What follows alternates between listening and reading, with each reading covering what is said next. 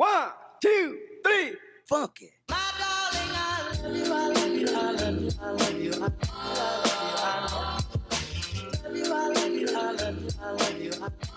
What's up, guys? How are we doing? I hope that everyone is doing well. Welcome back to Fun with Dom, where everyone is welcome. I'm your host Dom, broadcasting from London as always. Today's guest is my friend Julius, and I really hope that you will enjoy this new episode. Julius, can you tell about yourself to all the people that are listening? From where are you calling from, and what you do, and all that kind of stuff? Okay. Well, my name is Julius Okoti. I am a sound engineer, and I usually operate within the Greater East Africa. So you're talking about Kenya, Uganda, Tanzania, Ethiopia, Rwanda. Oh, wow. Yeah, those are most of the countries where I actually go and do some work. Okay. I've been doing sound for the last 20 years. Wow. So that was since 2000. Okay. And I've specialized in mostly in order of speciality. I specialize in monitor engineering. Okay. I can do front of house, but it's not as exciting as doing monitors. Okay. I also do audio for broadcast and post-production editing as well. Oh, nice. Yeah. Nice. So when did you start? So you said that you started 2000, right? Yeah, exactly. 2000. How did you start to work in the business? Which was your thing? You say, oh, I'm gonna be a sound engineer. Well, basically, it's a funny story, really. I used to be a roadie for a band in the 90s, and I used to be a rapper as well. Oh, wow, okay. And, because I got into production at just immediately right after school when I was about 18, it got interesting because some guys used to come and pick up the backline from where I used to work from, and I decided to go and see what is this fuss about? Why is it so interesting? So when I got around to doing that, I got the bug, and since then up to now. But what really pushed me towards doing it professionally, though, I was a volunteer youth worker at the parish of St. Peter's in Notting Hill, London. Oh, really? Yes, okay. For a bit. Nice. And for some weird reason, they had a partnership with the Oxford Kilburn Club that is in Kilburn. So they in Kilburn, they were heavily into the arts and into music and into DJing and sports, and that's what actually really got me interested, because you'd have people from the Federation of London Youth Clubs sending over professionals to come and give talks and encouragement to some of these kids. And, it also gave encouragement to me to actually pursue an education and pursue this profession seriously. Yeah.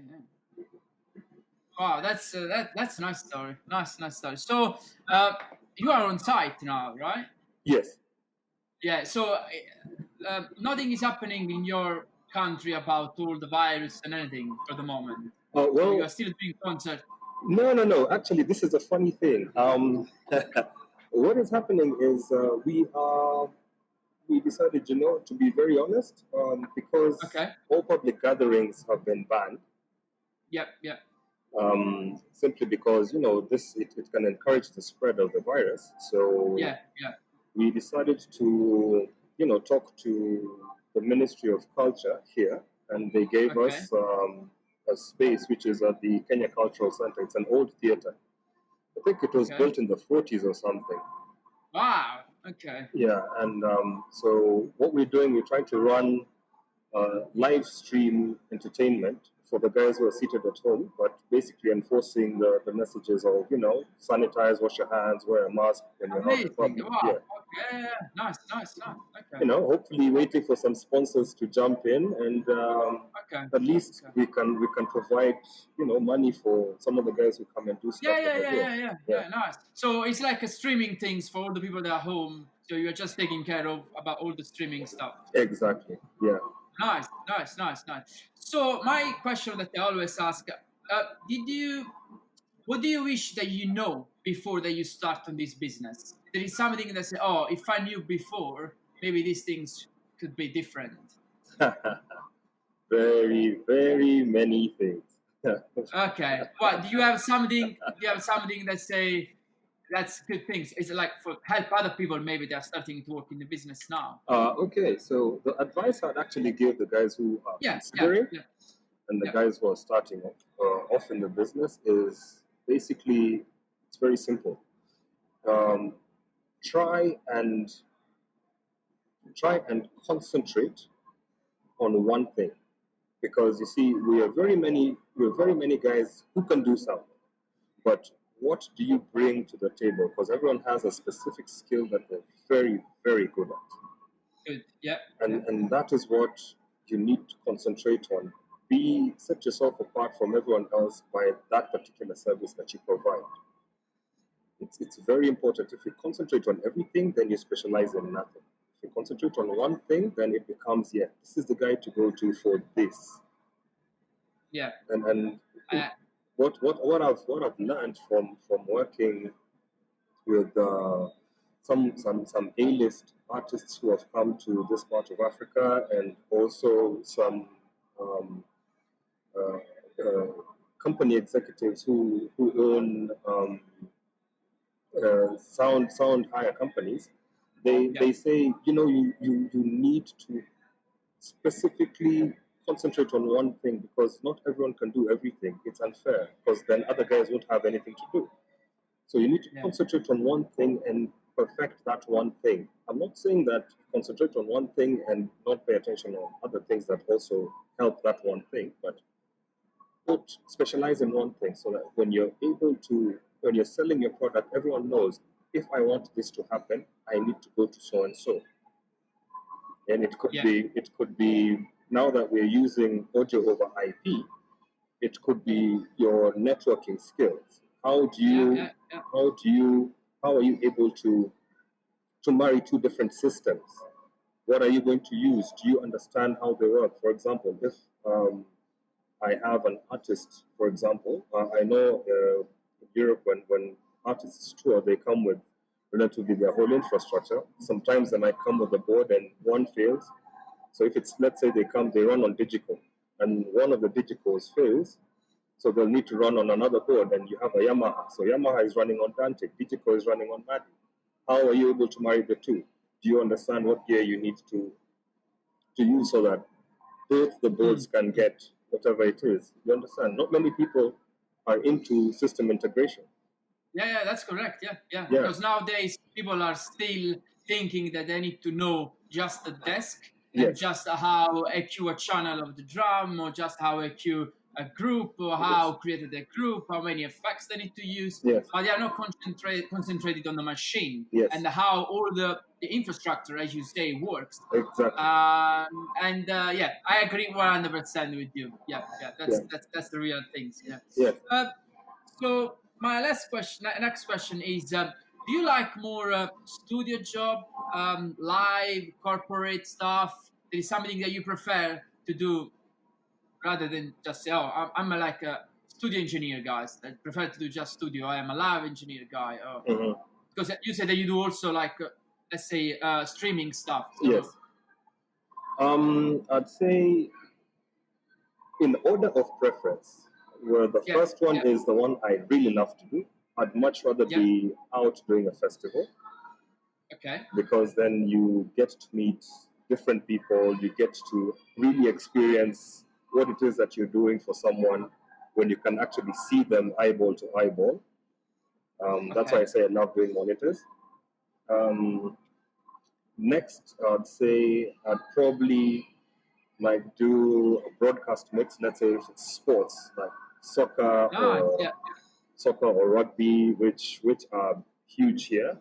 So that is exciting, because then you're able to manipulate and people are able to experience the game as if they were in the stadium with you.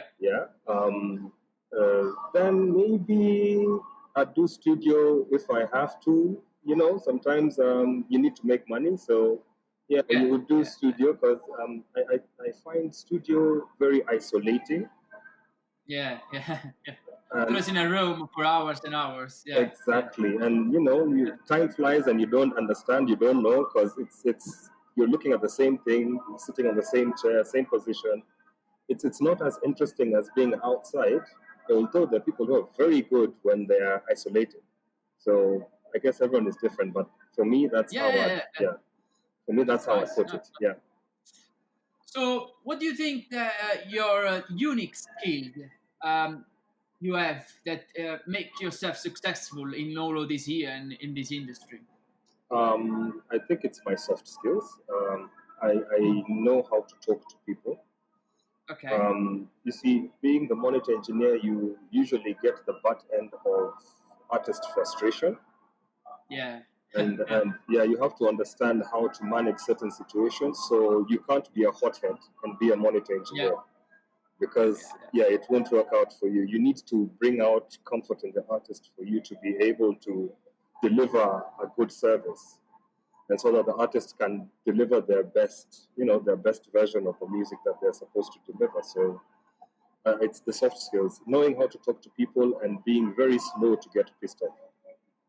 That is one of the skills that I say I have. I always say, especially if you work as a monitor engineer, you need to be able to be like a good friend that talk with someone, because you need to be always calm, make sure that the artist is always happy, and if they get angry because maybe something happened in their life, you need to try to understand that they've got that problem. So try to make always happy. I agree 100%. That's one of the skills. So you think that a basic skill that everyone that want to work in the business could be also like be patient and like stay calm and make sure that you are always happy, smile always with the people around you?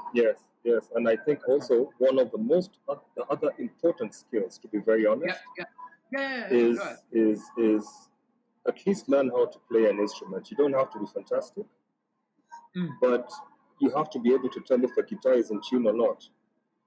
Because how do you amplify something when you're not able to speak the language of the musician? Because 90% of the time you're going to be dealing with something in a musical sense. So it's important. You don't have to be great. Just understand, okay, this is what it's supposed to sound like, so that you're able to understand, okay, there's a solo coming up somewhere here, even if you've not heard the music at all. So then you're able to interpret what it is that these guys are trying to do, because you digest for the audience and then you give it out. In most cases, like one of my good friends keeps saying, this is the most thankless job ever, because when credit is due, no one thinks about the sound guy, but when shit hits the fan, even if it's not your fault, it becomes your fault.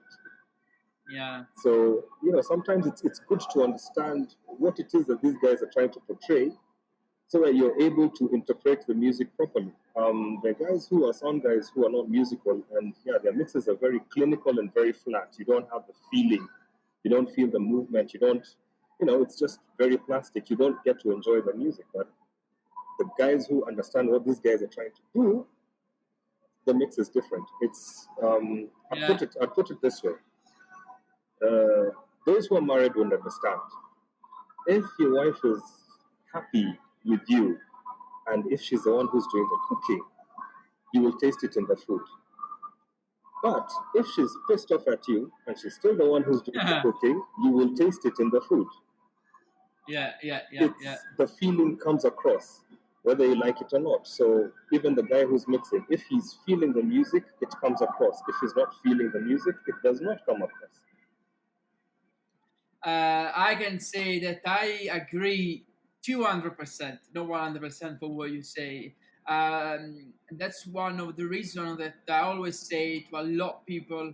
I understand that you want to be technical. I understand that you want to use all the plugins that there are on this world, and you want to use the best console that you can find on the world. But Hmm. when you mix with the feeling, there is no plugin or anything that can do a good job. That's Because true. if you know the songs of the band and you know when the riff is coming and you know all the part of the song and you can bring that instrument up on that moment of the song, you can do literally a good mix without using plugin. That is And I true. can tell you that I've got good friend of mine, a lot friend of mine actually, they don't use a lot plugins, and they use just a normal desk, and they do an amazing job. One reason, because they as you said, they know the artist 100%. They just mix a couple of bands. They don't mix 10 and 12 bands, and they stick on the same genre. So they mix only pop artists, or they just mix, I don't know, rap artists or metal artist. So it's, yeah, I agree 100%. I agree 100%. Yeah, yeah. That's good advice. Yeah. Uh, what do you think is the most common reason that a lot of people give up on playing in this business? Because I see a lot of kids nowadays that they try, and after a couple of months they say, "Oh no, this is not for me because I'm not doing the best of my life." What do you think about all of this? um, I think one, to be very honest, one of the reasons that Yeah, people tend to give up yeah, is because they may be in the right industry as a whole. They may be in the right industry, but they are not at the right position. okay, okay. I remember even one of the guys, one of my mentors, who who used to mix Depeche Mode those many Wow. years ago in the 70s. He told me that first of all, before you're sure about where you want to settle, try everything. Do everything that you see, anything that interests you, do it. And then after you've done everything, you obviously automatically have a preference. I had a better experience when I was doing this, and I felt that it does Mm. not work anymore. I was having fun. So now that's where you need to settle. The guys who give up, it's because they've not tried everything. You need to try everything. You see, not everyone can be the lead singer in a band. Yeah. Some guys are probably very good backup singers, but they can't do lead. You Yeah, understand? yeah, yeah, There's some very good guitarists, but they really can't solo. So you need to try everything first before you knock it. You have to try it. Don't say, oh, this job is crappy because X, Y, and Z, or maybe an artist. You know, sometimes artists are assholes. Yeah, yeah. and it's not their fault. It's probably, think about it this way: if you've been locked up, like right now, guys are in quarantine, right?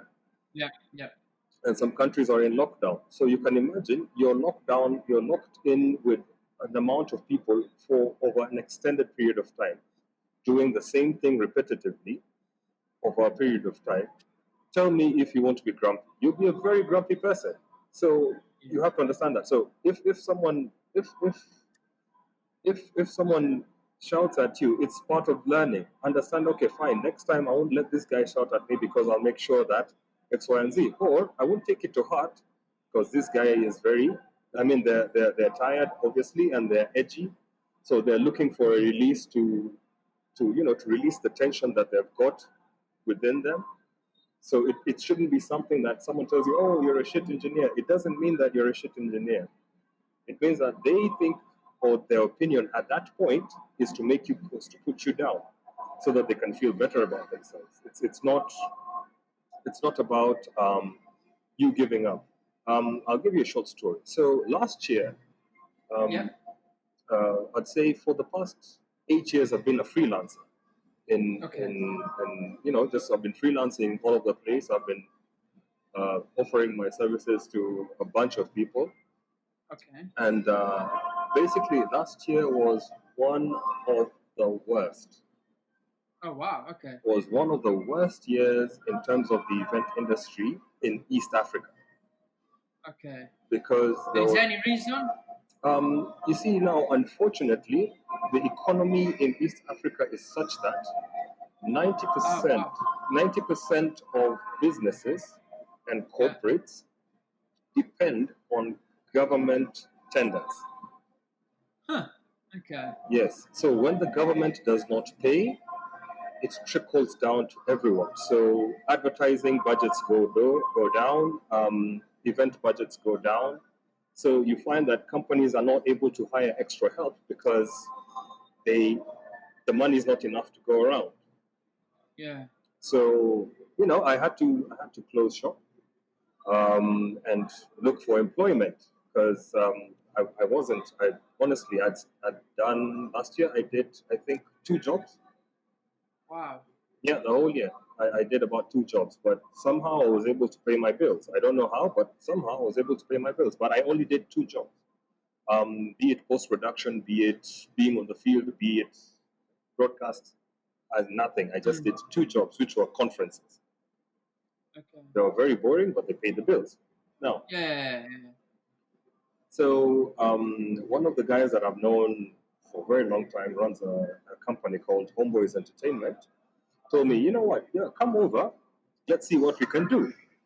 So I joined in February of this year, and this year actually started very well because the ICPD conference, ICPD 25th anniversary conference, was held in Nairobi. Yeah. And it's a big one, yeah. And I got that job, so I was doing, I was managing a stage. I was also doing the sound for that particular stage, and I was also recording the proceedings on that stage and doing post. So you can imagine that was a very nice fat check. But But now going into March, around the 15th, then you hear, my God, first case of corona in Kenya. All of a sudden, all the jobs that had lined up, even for the production company, got cancelled. Wow. All the jobs. So you're wondering, okay, what the hell? But anyway, that's why we're trying to do this and see, sponsorship, what can happen, because guys like beer companies, alcohol companies, they still need to sell product because they're still producing product.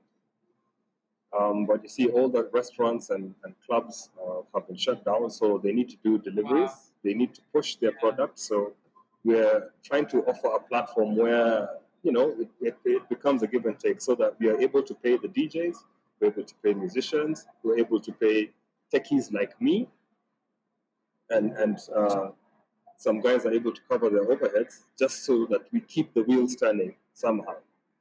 So my question now at this point is, so as you say, so is the government, they give you the majority of the job? Is that correct? Did I understand right? No. It's not the government. No. It's okay. Government is facilitating space. Ah, right. Okay. Yeah. They're facilitating the space, so we don't have to pay for the space, because the space, they usually charge something like around $1,000 a day. Wow. Okay. That's what the cost. That's what the space costs. And because people cannot gather publicly, it means that the space is there, but they still have to pay their overhead. So why not just give it to us, and then you just put ministry of whatever supported by. Then they look good. Politics. So. Yeah. It's everywhere like that. Yeah. So we're trying to get now the corporates to jump in, and let's say, okay, they can say, we will sponsor so and so to come, and we're cool. The space is there. Whoever can come and use it. Backline is there. Everything is there. So yeah. All right. So Julius, now I want to talk about something that maybe you will like. Which is the desk that you like to use? Because I saw a picture on your Instagram, so I say I need to ask now.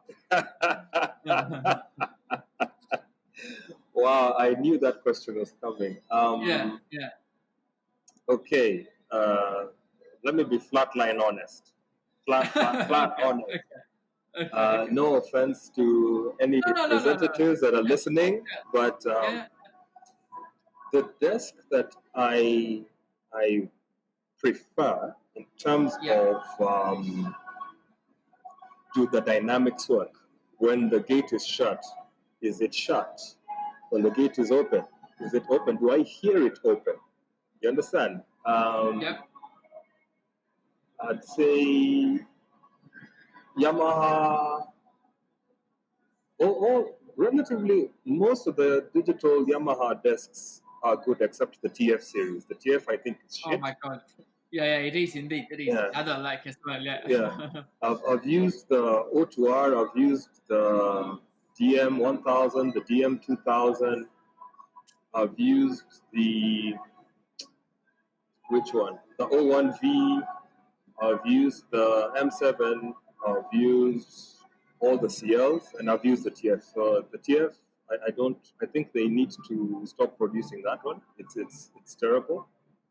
Allen and Heath, the weird thing is the difference between the D-Live and the QU series mixer is just that the D-Live is bigger and you have a lot more control over a few things, but the dynamics are the same. The gate doesn't close when it's supposed to close. Hang on, that's the Q series.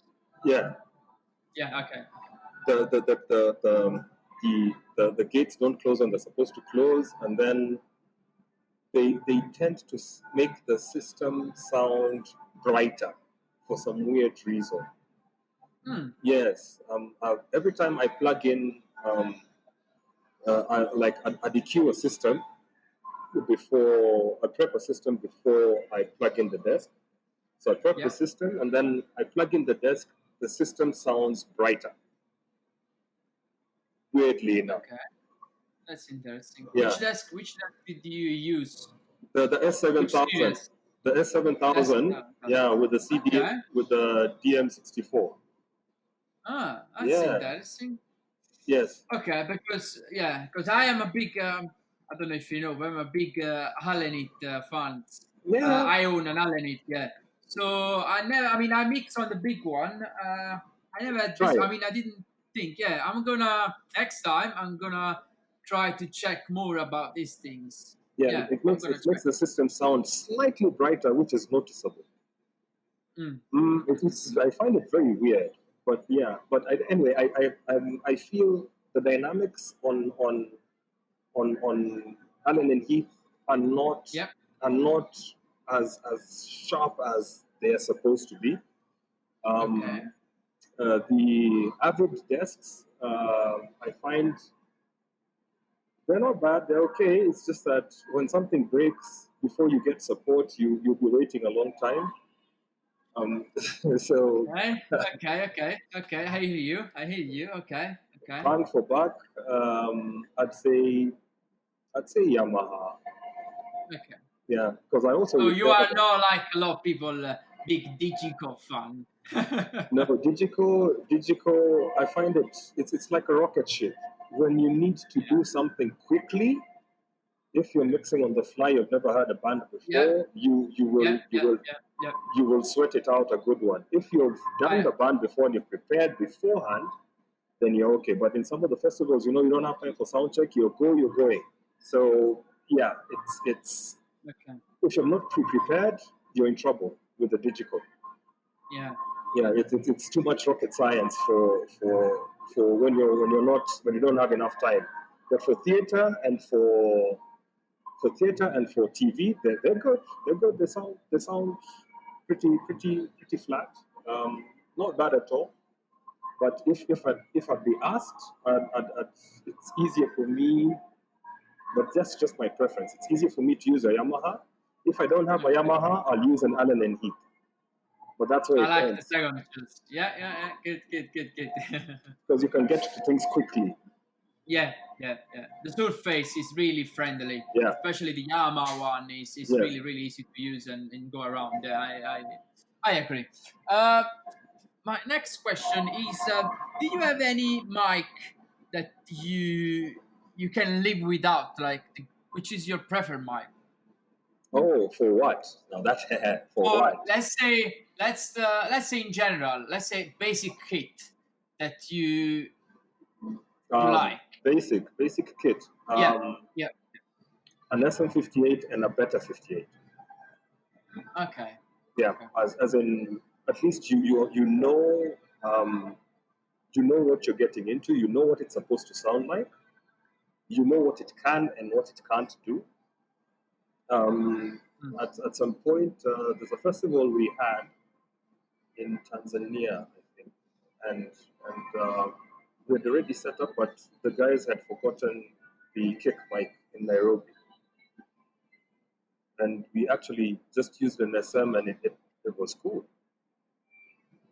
Yeah. Yeah. So at least you know what you're getting into. You know what you can. You know what it's supposed to sound like, and you know what it can and what it can't do, and at least it's consistent. So yeah, it's basic kit SM, but yeah, because PG sound weird. So yeah, SM, basic, Okay. which you can find anywhere in the world. Yeah. Okay, that's yeah. I mean, for me, it's the same things.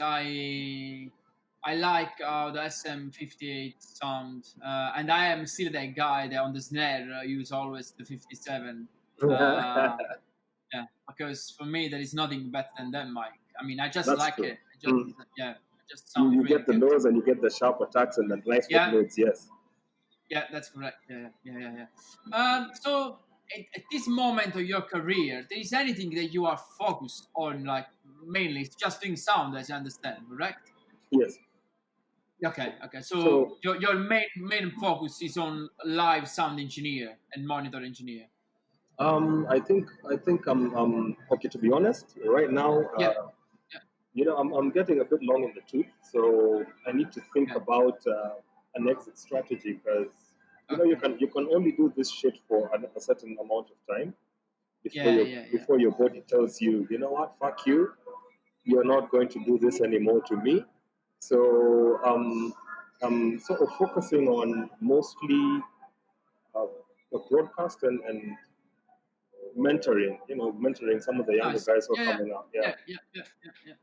Because if I was not mentored, I wouldn't be where I am right now, to be very honest. I'd probably be sitting behind a desk somewhere or doing something else, or probably farming or something, if I was not mentored by someone else. So I think it's a good idea if I'm able to do the same for another bunch of guys who then will continue, doing what I've been doing all this time. Yeah. So following your thoughts, I wanna say, where do you will see yourself in the next, let's say, 2 years or 5 years time? 3 years. Yeah, let's say 2 years. I think 5 is it's too much, but let's say 2 years time. Yeah. So to be honest, once we are done with this big reset that COVID-19 has forced us into, yeah, I probably see myself doing a lot more of client service. Okay. Mostly client service and broadcast, to be honest, because it's before people have the budgets to start spending on shows, it will be a while, to be honest. We're looking at probably the global economy would probably get back on its feet minimum 2 years. 2 years from this year. So we're talking about 2024 is when probably things will be close to what they were at the end of last year. I agree. In the next 5, I'll probably be running my own outfit, employing a few people and telling them, okay, you go and do that, or carry that box, and stuff like that. Yeah. Good. I like it. Okay, so thank you so much, Julius, for your time. I really appreciate to take your time. Yeah, you are working at this time, so thank you so much. And anyway, I will drop down all your info, your Instagram link, so people can follow you if they want to check and if they've got any question. Thank you. Yeah, you're welcome. I'm happy to answer any question anyone has. Thank you. All right, cool. Take it easy. Thank you once again for listening, guys. Please follow us on Facebook, Instagram, Spotify, and YouTube. to listen more episodes, and remember, be positive, life is one.